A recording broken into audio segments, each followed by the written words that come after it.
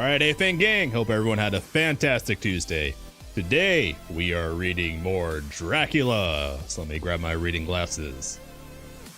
Continuing from yesterday, because there is no Helldivers update, I just not in the mood to play it again right now.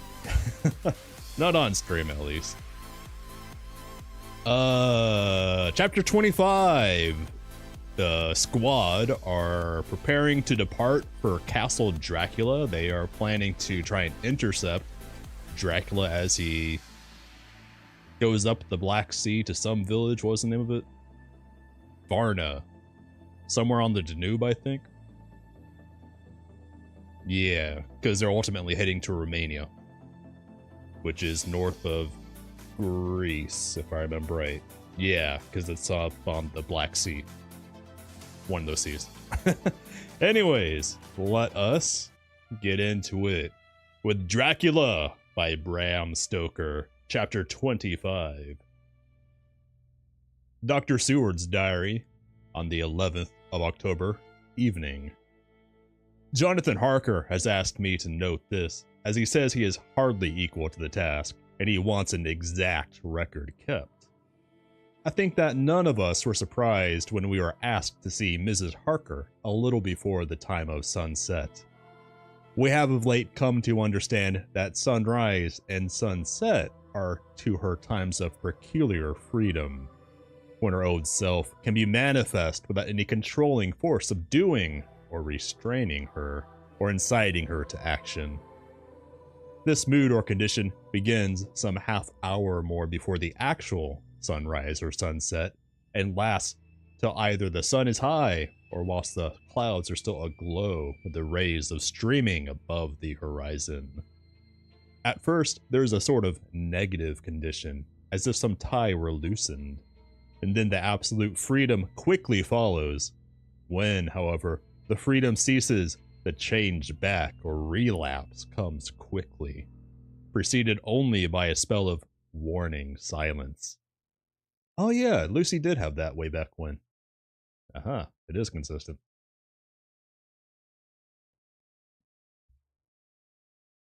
Tonight, when we met, she was somewhat constrained, and bore all the signs of an internal struggle. I put it down myself to her making a violent effort at the earliest instant she could do so. A very few minutes, however, gave her complete control of herself. Then motioning her husband to sit beside her on the sofa, where she was half reclining, she made the rest of us bring chairs up close. Taking her husband's hands in hers, began. We are all here together in freedom, or perhaps the last time. I know, dear, I know that you will always be with me to the end. This was to her husband, whose hand had, as we could see, tightened upon hers. In the morning, we go out upon our task, and God alone knows what may be in store for any of us. You are going to be so good to me as to take me with you. I know that all that brave, earnest men can do for a poor, weak woman. Written in a different time. Whose soul perhaps is lost. No, not yet, but it is at any rate at stake. You will do. But you must remember that I am not as you are. There is a poison in my blood, in my soul, which may destroy me, which must destroy me unless some relief comes to us. Oh, my friends, you know as well as I do that my soul is at stake. And though I know... Is that a vampire pun? Bram Stoker snuck a vampire pun in there. And though I know there is one way out for me, you must not, and I must not take it. She looked appealingly to us all in turn, beginning and ending with her husband. What is that way? Asked Van Helsing in a hoarse voice. What is that way which we must not, may not take? That I may die now, either by my own hand or that of another, before the greater evil is entirely wrought. I know and you know that were I once dead, you could and would set free my immortal spirit, even as you did my poor Lucy's. I don't think she would be volunteering for this if they knew what they did to Lucy. Cut her head off and stuffed her mouth full of garlic.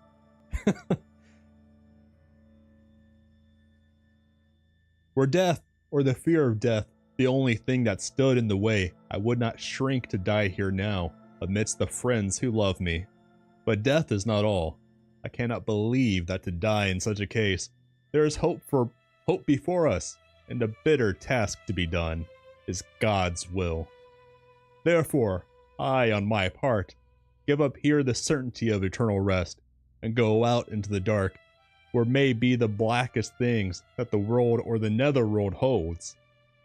We were all silent, for we knew instinctively this was only a prelude. The faces of the others were set, and Harker's grew ashen gray. Perhaps he guessed better than any of us what was coming. She continued. This is what I can give into the hotchpot. I could not but note the quaint legal phrase which you use in such a place, and with all seriousness. What will each of you give? Your lives, I know, she went on quickly. That is easy for brave men. It's not easy because they're brave. That's not how that works. Anyways. Your lives are God's, and you can give them back to him. But what will you give to me? She looked again questioningly, but this time avoided her husband's face. Quincy seemed to understand. He nodded, and her face lit up. Then I shall tell you plainly what I want, for there must be no doubtful matter in this connection between us now. You must promise me, one and all, even you, my beloved husband, that should the time come, you will kill me. What is that, Tom? The voice was Quincy's, but it was low and strained. When you shall be convinced that I am so changed that it is better that I die that I may live. When I am thus dead in the flesh, then you will, without a moment's delay, drive a stake through me and cut off my head, or do whatever else may be wanting to give me rest. Oh, so she knows what they did to Lucy. Quincy was the first to rise after the pause. He knelt down before her and, taking her hand in his, said solemnly, I'm only a rough fellow who hasn't, perhaps, lived as a man should to win such a distinction. But I swear to you, by all that I hold sacred and dear, that, should the time ever come, I shall not flinch from the duty that you have set us. And I promise you, too, that I shall make all certain. For if I am only doubtful, I shall take that as the time has come. My true friend, was all she could say amid her fast-falling tears, as, bending over, she kissed his hand. I swear the same, my dear Madame Mina, said Van Helsing. Helsing has had the most intense crush on Mina this entire book, the second he met her. And I, said Lord Godalming, each of them in turn kneeling to her to take the oath. I followed myself, then her husband turned to her wan-eyed, and with a greenish pallor which subdued the snowy whiteness of his hair, and asked, And must I, too, make such a promise, O my wife? You too, my dearest, she said with infinite yearning of pity in her voice and eyes. You must not shrink. You are nearest and dearest in all the world to me. Our souls are knit into one, for all life and all time. Think, dear, that there have been times when brave men have killed their wives and their womenkind to keep them from falling into the hands of the enemy. Their hands did not falter any the more because those that they loved implored them to slay them. It is men's duty towards those whom they love in such times of sore trial. That is a very old school thing. I know what they're talking about, but that's surprising to see in a book. And oh, my dear, if it is to be that I must meet death at any hand, let it be at the one of him that loves me best. Dr. Van Helsing, I have not forgotten your mercy in poor Lucy's case, to him who loved. She stopped with a flying blush and changed her phrase. To him who had best right to give her peace, if that time shall come again, I look to you to make it a happy memory of my husband's life, that it was his loving hand which set me free from the awful thrall upon me. Again I swear, came the professor's resonant voice. Mrs. Harker smiled, positively smiled, as with a sigh of relief, she leaned back and said, And now one word of warning, a warning which you must never forget. This time, if it ever come, may come quickly and unexpectedly, and in such case you must lose no time in using your opportunity. At such a time, I myself might be, nay, if the time ever comes, shall be, leagued with your enemy against you. One more request. She became very solemn as she said this. It is not vital and necessary like the other, but I want you to do one thing for me, if you will. We all acquiesced, but no one spoke. There is no need to speak. I want you to read the burial service. She was interrupted by a deep groan from her husband. Taking his hand in hers, she held it over her heart and continued, You must read it over me some day, whatever may be the issue of all this fearful state of things. It will be a sweet thought to all or some of us.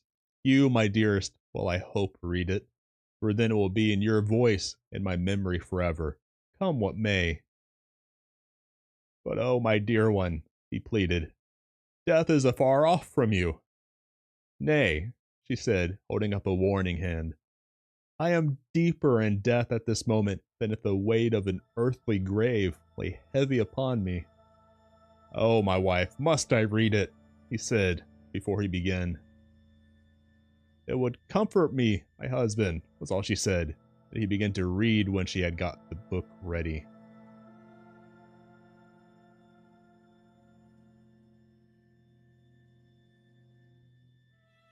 How could anyone tell that strange scene, its solemnity, its gloom, its sadness, its horror, and, withal, its sweetness?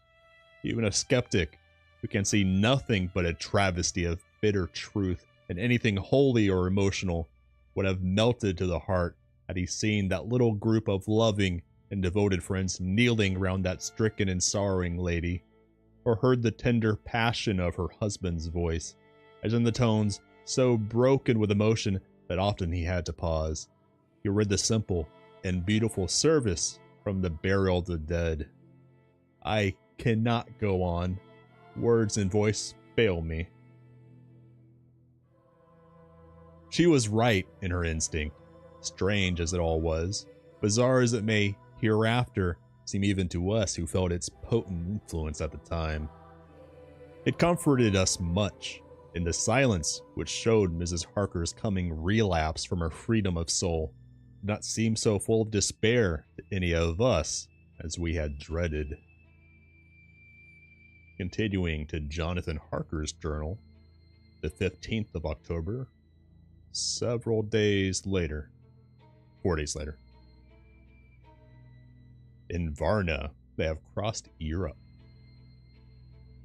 We left Charing Cross on the morning of the 12th, got to Paris the same night, and took the places secured for us in the Orient Express.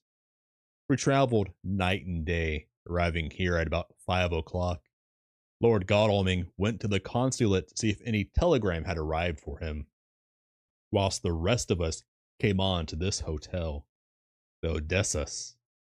The journey may have had incidents. I was, however, too eager to get on to care for them. Until the Tsarina Catherine comes into port, there will be no interest for me in anything in the wide world. Thank God, Mina is well and looks to be getting stronger. Her color is coming back. She sleeps a great deal. Throughout the journey, she slept nearly all the time. Before sunrise and sunset, however, she is very wakeful and alert. and it has become a habit for Van Helsing to hypnotize her at such times. At first, some effort was needed, and he had to make many passes, but now she seems to yield at once, as if by habit, and scarcely any action is needed. He seems to have power at these particular moments to simply will, and her thoughts obey him. He always asks her what she can see and hear. She answers to the first, "Nothing, all is dark," and to the second, "I can hear the waves lapping against the ship, and the water rushing by. Canvas and cordage strain, and masts and yards creak. The wind is high, I can hear it in the shrouds, and the bow throws back the foam." It is evident that the Tsarina Catherine is still at sea, hastening on her way to Varna. Lord Godalming has just returned. He had 4 telegrams, one each day since we started, and all to the same effect: that the Tsarina Catherine had not been reported to Lloyd's from anywhere. He had arranged before leaving London that his agent should send him every day a telegram saying if the ship had been reported. He was to have a message even if she were not reported, so that he might be sure there was a watch being kept at the other end of the wire. We had dinner and went to bed early. Tomorrow, we are to see the vice consul and to arrange, if we can, about getting on board the ship as soon as she arrives. Van Helsing says that our chance will be to get on the boat between sunrise and sunset. The Count, even if he takes the form of a bat, cannot cross the running water of his own volition, and so cannot leave the ship, as he dare not change to a man's form without suspicion, which he evidently wishes to avoid. He must remain in the box on the 21st of September. If then we can come on board after sunrise, he is at our mercy, for we can open the box and make sure of him, as we did of poor Lucy, before he wakes. What mercy he shall get from us will not count for much. We think that we shall not have much trouble with officials or the seamen. Thank God, this is the country where bribery can do anything, and we are well supplied with money. We have only to make sure that the ship cannot come into port between sunset and sunrise without our being warned, and we shall be safe. Judge Moneybag will settle this case, I think.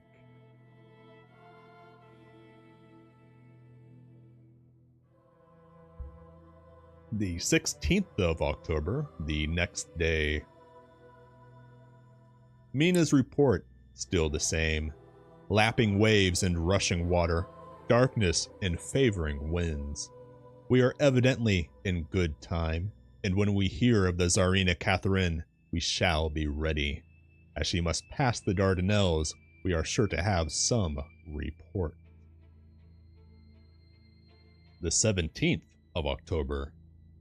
Everything is pretty well fixed now, I think, to welcome the Count on his return from his tour. Godalming told the shippers that he fancied that the box sent aboard might contain something stolen from a friend of his, and got half consent that he might open it at his own risk.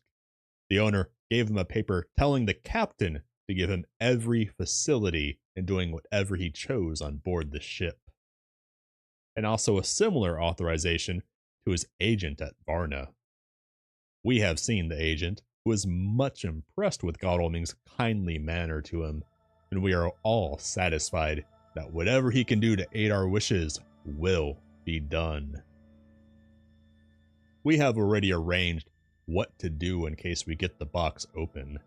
If the Count is there, Van Helsing and Seward will cut off his head at once and drive a stake through his heart. I think should do the stake first. To pin him in place, so he doesn't thrash around as much. Morris and Godalming and I shall prevent interference, even if we have to use the arms which we shall have ready. The professor says that if we can so treat the Count's body, it will soon after fall into dust. In such case, there would be no evidence against us, in case any suspicion of murder were aroused. But even if it were not, we should stand or fall by our act, and perhaps someday this very script may be evidence to come between some of us and a rope.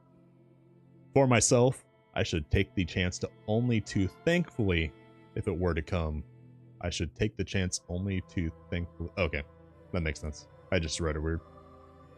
We mean to leave no stone unturned to carry out our intent. We have arranged with certain officials that the instant the Tsarina Catherine is seen, we are to be informed by a special messenger.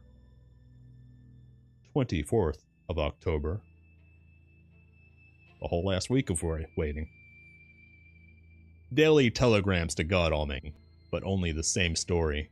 Not yet reported. Mina's morning and evening hypnotic answer is unvaried. Lapping waves, rushing water, and creaking masts. Telegram, dated October 24th, from Rufus Smith, Lloyd's, London, to Lord Godalming, care of HBM Vice Consul Varna. Tsarina Catherine reported this morning from Dardanelles. From Jonathan Harker to Dr. Seward's diary, the next day on the 25th of October. How I miss my phonograph. To write diary with a pen is irksome to me, but Van Helsing says I must. We were all wild with excitement yesterday when Godalming got his telegram from Lloyd's. I know now what men feel in battle when the call to action is heard. Mrs. Harker, alone of our party, did not show any signs of emotion. After all, it is not strange that she did not, for we took special care not to let her know anything about it, and we all tried not to show any excitement when we were in her presence. In old days, she would, I am sure, have noticed, no matter how we might have tried to conceal it. But in this way, she has greatly changed during the past 3 weeks. The lethargy grows upon her, and though she seems strong and well, and is getting back some of her color, Van Helsing and I are not satisfied. We talk of her often. We have not, however, said a word to the others. It would break poor Harker's heart, certainly his nerve, if he knew that we had even a suspicion on the subject. Van Helsing examines, he tells me, her teeth very carefully. While she is in hypnotic condition, for he says that so long as they do not begin to sharpen, there is no active danger of a change in her. If this change should come, it would be necessary to take steps. We both know what those steps would have to be, though we do not mention our thoughts to each other. We should neither of us shrink from the task, awful though it be to contemplate. Euthanasia is an excellent and a comforting word. I'm grateful to whoever invented it. It is only about 24 hours sail from Dardanelles to here, at the rate the Tsarina Catherine has come from London. She should therefore arrive some time in the morning, but as she cannot possibly get in before then, we are all about to retire early. We shall get up at 1 o'clock, so as to be ready. 25th of October, noon. No news yet of the ship's arrival. Mrs. Harker's hypnotic report this morning was the same as usual, so it is possible that we may get some news at any moment. We men are all in a fever of excitement, except Harker, who is calm. His hands are cold as ice, and an hour ago I found him wetting the edge of the great Gorka knife which he now always carries with him. It will be a bad lookout for the Count if the edge of that kukri ever touches his throat, driven by that stern, ice-cold hand. Van Helsing and I were a little alarmed about Mrs. Harker today. About noon, she got into a sort of lethargy, which we did not like. Although we kept silence to the others, we were neither of us happy about it. She had been restless all the morning, so that when we were first glad to know that she was sleeping. When, however, her husband mentioned casually that she was sleeping so soundly that he could not wake her, we went to a room to see for ourselves. She was breathing naturally and looked so well and peaceful that we agreed that the sleep was better for her than anything else. Poor girl. She has so much to forget that it is no wonder that sleep, if it brings oblivion to her, does her good.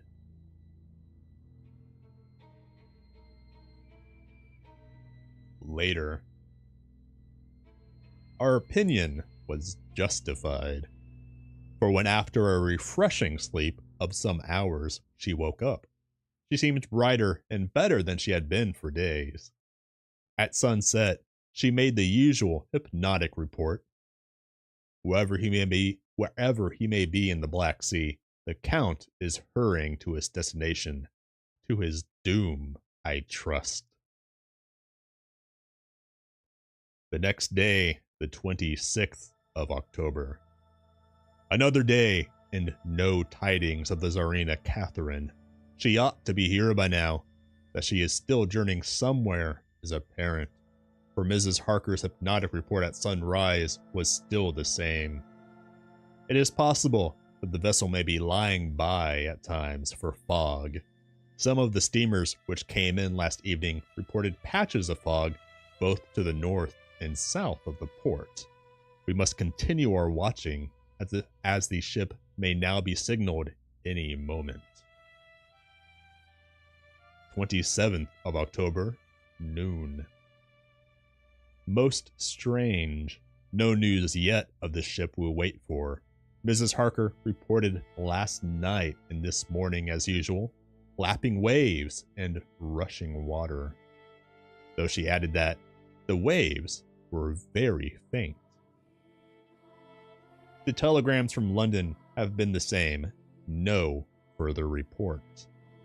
Van Helsing is terribly anxious and told me just now that he fears the Count is escaping us. He added significantly, I did not like that lethargy of Madame Mina's. Souls and memories can do strange things during a trance. I was about to ask him more, but Harker just then came in, and he held up a warning hand. We must try tonight at sunset to make her speak more fully within her hypnotic state. The 28th of October, telegram from Rufus Smith, London, to Lord Godalming, care of HBM Vice Consul, Varna. Tsarina Catherine reported entering Galitz at 1 o'clock today. Dr. Seward's diary that day, the 28th. When the telegram came announcing the arrival in Galitz, I did not think it was such a shock to any of us as might have been expected. True, we did not know whence or how or when the bolt would come, but I think we all expected that something strange would happen. The delay of arrival at Varna made us individually satisfied that things would not be just as we expected. We only waited to learn where the change would occur. Nonetheless, however, it was a surprise. I mean, where, I guess. I wasn't surprised. I figured that would happen. Nonetheless, however, it was a surprise. I suppose that nature works on such a hopeful basis that we believe against ourselves that things will be as they ought to be, not as we should know that they will be. Transcendentalism is a beacon to the angels, even to be a will-o-wisp to man. It was an odd experience, and we all took it differently. Van Helsing raised his hand over his head for a moment, as though in remonstrance with the Almighty. But he said not a word, and in a few seconds stood up with his face sternly set.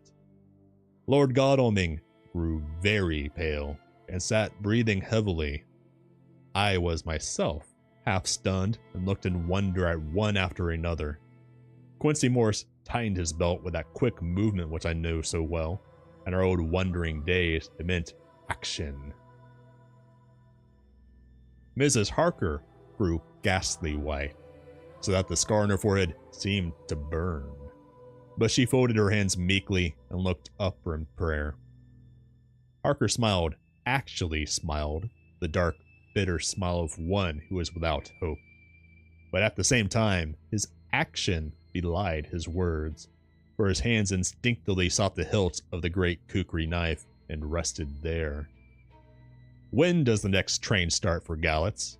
said Van Helsing to us generally. "At 6:30 tomorrow morning." We all started, for the answer came from Mrs. Harker. "How on earth do you know?" said Art. "You forget, or perhaps you do not know, though Jonathan does and so does Dr. Van Helsing, that I am a train fiend. At home in Exeter, I always used to make up the timetables so to be helpful to my husband. I found it so useful sometimes that I always make a study of the timetables now. I knew that if anything were to take us to Castle Dracula, we should go by Galitz, or at any rate, through Bucharest. So I learned the times very carefully. Unhappily, there are not many to learn, as the only train tomorrow leaves, as I say." "Wonderful woman," murmured the professor. "Can't we get a special?" asked Lord Godalming. Van Helsing shook his head. "I fear not. This land is very different from yours or mine.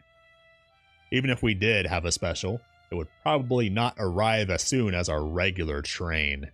Moreover, we have something to prepare. We must think. Now let us organize. You, friend Arthur, go to the train and get the tickets and arrange that all be ready for us to go in the morning.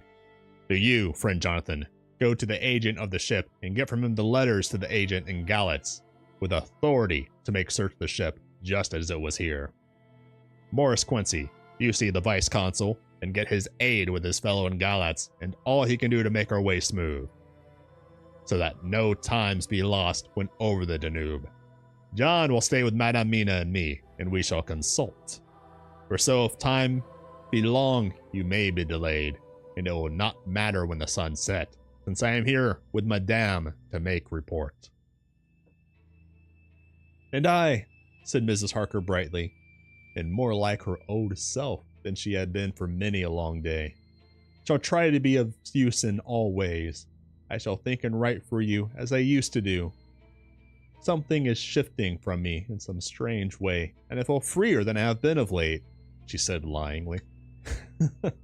The three younger men looked happier at the moment, as they seemed to realize the significance of her words.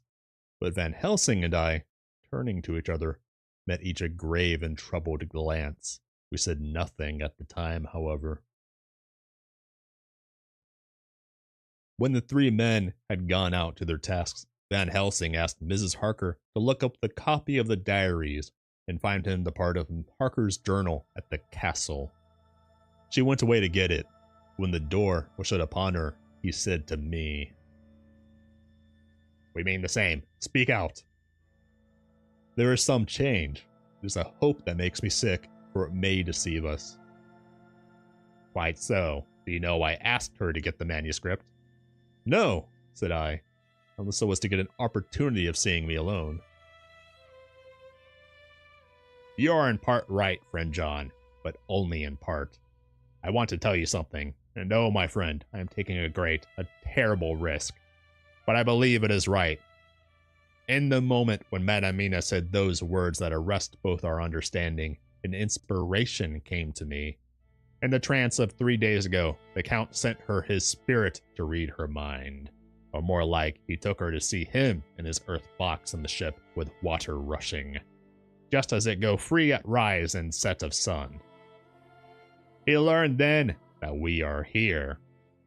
For she have more to tell in her open life with eyes to see and ears to hear than he, shut as he is, in his coffin box. Now he make his most effort to escape us. At present, he want her not. He is sure, with his so great knowledge, that she will come at his call, but he cut her off. Take her, as he can do, out of his own power, that so that she come not to him. Ah, but there have hope that are man brains that have been of man so long, and that have every time with Van Helsing's weird way of talking. There I have hope that are man brains that have been of man so long, and that have not lost the grace of God, will come higher than his child brain that lie in his tomb for centuries, that grow not yet to our stature, and that do only work selfish and therefore small. Here comes Madame Mina, not a word to her of her trance.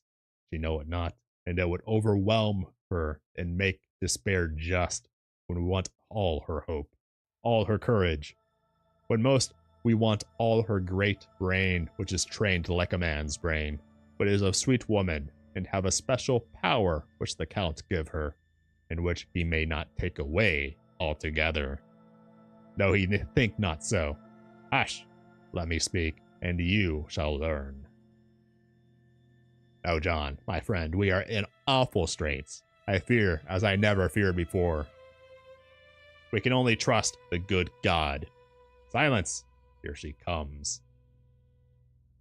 I thought that the professor was going to break down and have hysterics, just as he had when Lucy died. But with a great effort, he controlled himself and was at perfect nervous poise when Mrs. Harker tripped into the room, bright and happy looking, and, in the doing of work, seemingly forgetful of her misery. As she came in, she handed a number of sheets of typewriting to Van Helsing. He looked over them gravely, his face brightening up as he read. Then, holding the pages between his finger and thumb, he said,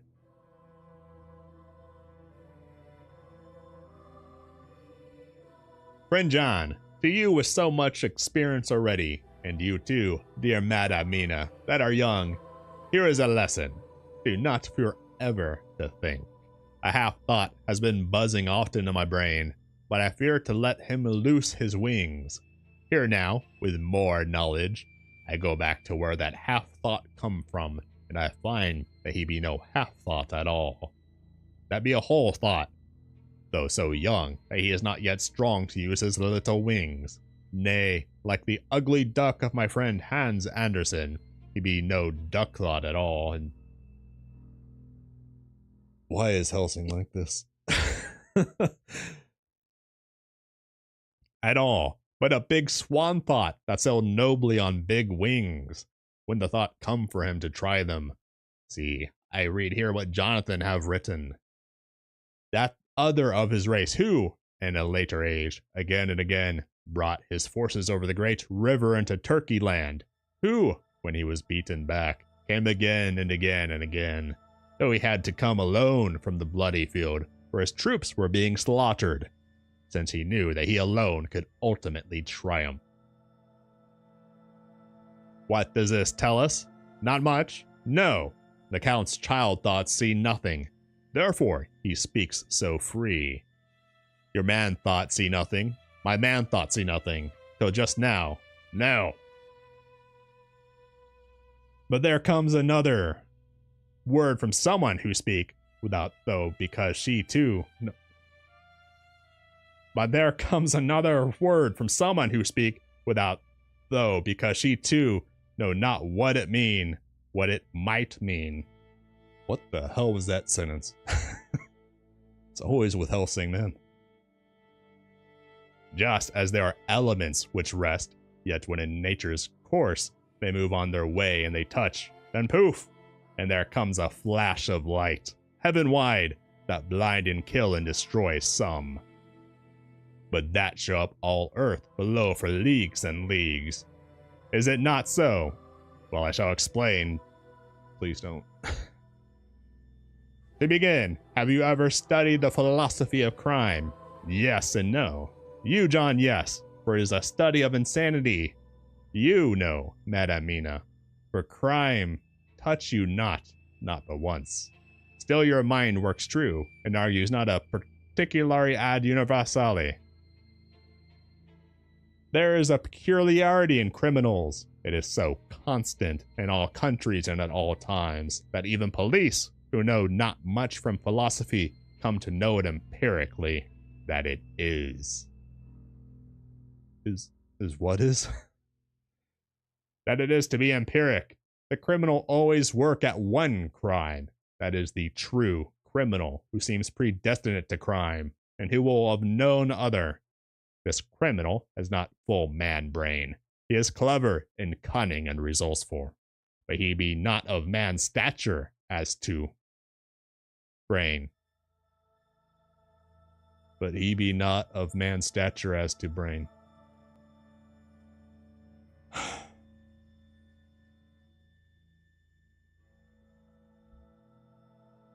He be of child brain and Helsing. He be of child brain and much. Now this criminal of ours is predestinate to crime also. He too have child brain, and it is of the child to do what he have done. The little bird, the little fish, the little animal learn not by principle, but empirically. And when he learn to do, then there is to him the ground to start from to do more. Das pastor, said Archimedes. Give me a fulcrum, and I shall move the world. To do once is the fulcrum whereby child brain becomes man brain, and until he have the purpose to do more, he continued to do the same again every time, just as he have done before. Oh, my dear, I see that your eyes are opened, and that to you the lightning flash show all the leagues. For Mrs. Harker began to clap her hands, and her eyes sparkled. Is Van Helsing just fucking with Dracula because he knows Dracula is seeing through Mina? Is that what's going on right now? He's just completely fucking with Dracula with this insane rant.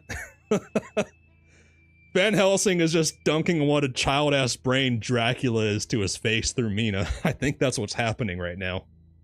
Suddenly, I don't hate that monologue.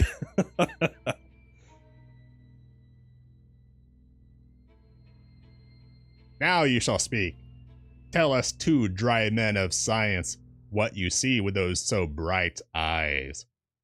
He took her hand and held it whilst she spoke, his finger and thumb closed on her pulse, as I thought instinctively and unconsciously as she spoke. The Count is a criminal, and of criminal type. Nordell and Lombroso would so classify him, and qua criminal, he is of imperfectly formed mind. Thus, in a difficulty he has to seek resource and habit.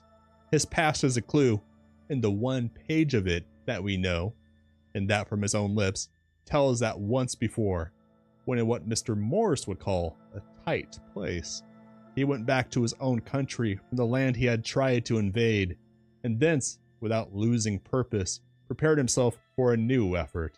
He came again better equipped for his work, and won.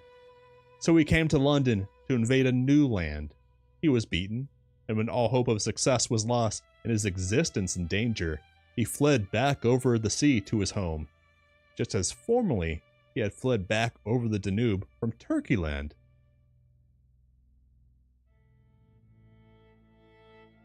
Mina's smarter than me if she got that out of that monologue. Okay.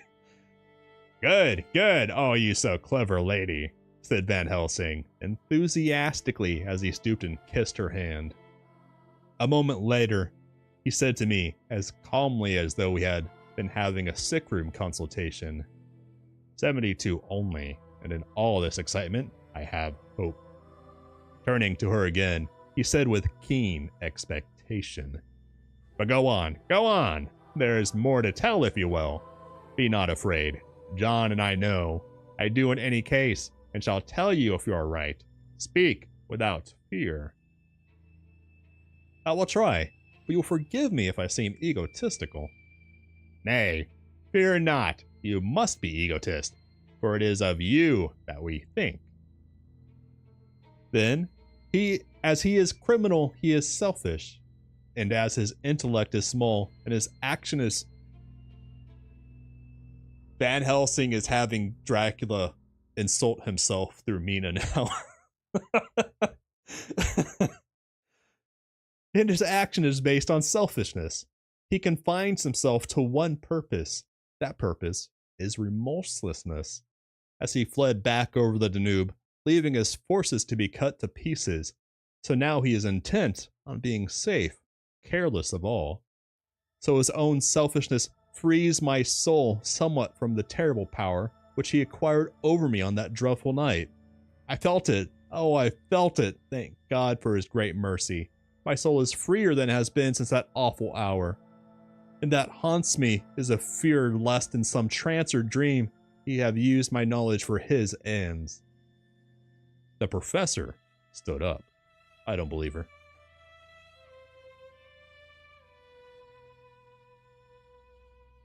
He has so used her mind, and by it he has left us here in Varna, whilst the ship that carried him rushed through enveloping fog up to Galatz, where doubtless he had made preparation for escaping from us. But his child mind only saw so far.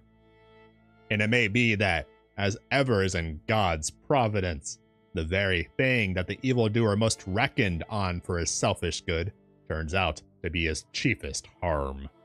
The hunter is taken in his own snare, as the great psalmist says. For now that he think he is free from every trace of us all, and that he has escaped us with so many hours to him, then his selfish child brain will whisper him to sleep. He think too that as he cut himself off from knowing your mind, there can be no knowledge of him to you. There is where he fail. That terrible baptism of blood which he give you makes you free to go to him in spirit, as you have as yet done in your times of freedom, when the sun rise and set. At such times you go by my volition and not by his.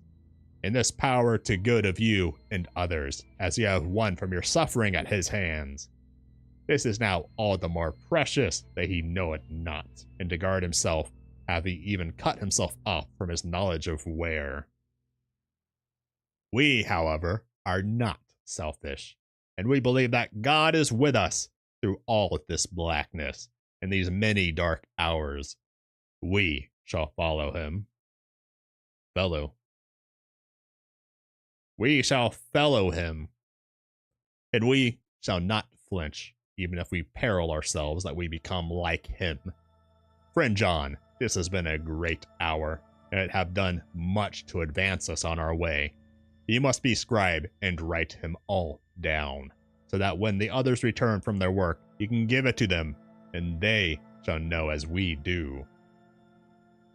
And so, I have written it whilst we wait their return, and Mrs. Harker has written with her typewriter all since she brought the MS to us. That was a chapter. Page 430. Let me update my note. That chapter made up for the past few ones of Van Helsing's tyranny with his weird ass way of talking, because it wasn't what I thought, but it was still really funny to think that he was just dunking all over Dracula through Mina, even though now it's clearly not, assuming that what they said was true. But anyways, that will be it for tonight. Tomorrow, we will be cooking an early Christmas dinner in Cooking Simulator. It seems appropriate for this week, cooking a little feast for the holidays. So I will see everyone at 1:30 a.m. Eastern tomorrow night. Have a fantastic Wednesday, everyone, and take care. See ya. If you like this, go and like and subscribe.